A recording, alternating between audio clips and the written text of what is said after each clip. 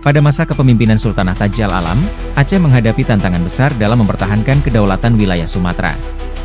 Ketidaksepakatan antara kerajaan-kerajaan di Indonesia terhadap Belanda, ditambah konflik internal yang mudah dipicu oleh intrik kolonial, semakin memperumit situasi.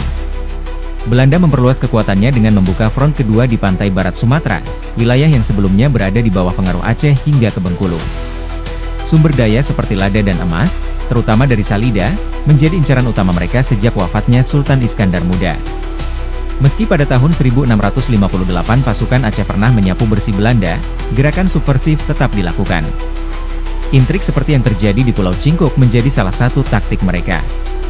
Raja Panjang, kaki tangan Belanda di Salida, menciptakan konflik internal yang melemahkan Aceh. Naskah sejarah di Museum Nasional mencatat perundingan rahasia Belanda dengan tokoh-tokoh lokal, yang berujung pada direbutnya wilayah strategis seperti Padang, Indrapura, dan Tiku. Namun, meskipun pengaruh Aceh mulai surut, perjuangan rakyat setempat, khususnya patriot Minangkabau, tetap membara.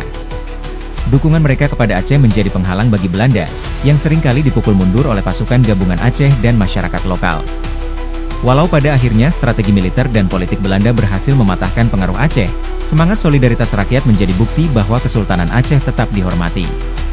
Selain pengaruh politik, Aceh juga menyebarkan nilai-nilai Islam di Sumatera Barat. Hubungan erat ini menciptakan simpati mendalam di kalangan penduduk setempat terhadap ajaran Islam yang dibawa oleh ulama Aceh. Pengaruh ini baru melemah setelah Belanda menggunakan kekerasan dan manipulasi politik untuk mengakhiri dominasi Aceh. Walaupun kekuatan Aceh di Sumatera Barat akhirnya melemah, warisan budaya dan agama yang ditinggalkan tetap hidup. Hingga kini, Aceh menjadi salah satu fondasi penting dalam sejarah kawasan tersebut.